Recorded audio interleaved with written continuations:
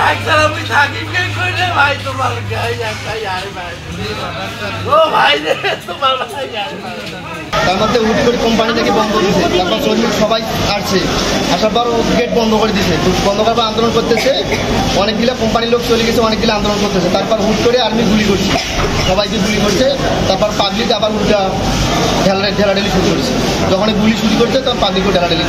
সেনাবাহিনী, BGB, police তৎপরভাবে কাজ করে যাচ্ছে এবং পরিস্থিতি এখন নিয়ন্ত্রণে। এবং আপনারা যদি নিয়ন্ত্রণে দেখেন আশেপাশে এখানে কোনো লোক নেই, কোনো মব নেই।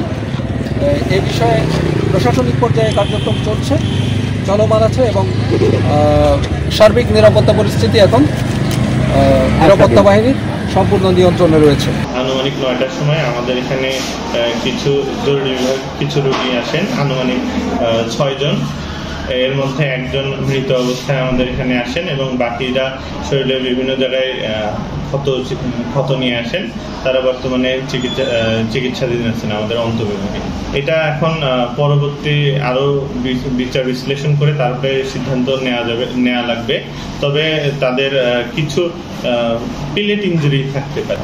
সবার এক্স-রে করতে হবে, কারণ তারা দাবি করছেন তারা গুলি দ্বারা আঘাতপ্রাপ্ত হয়েছেন।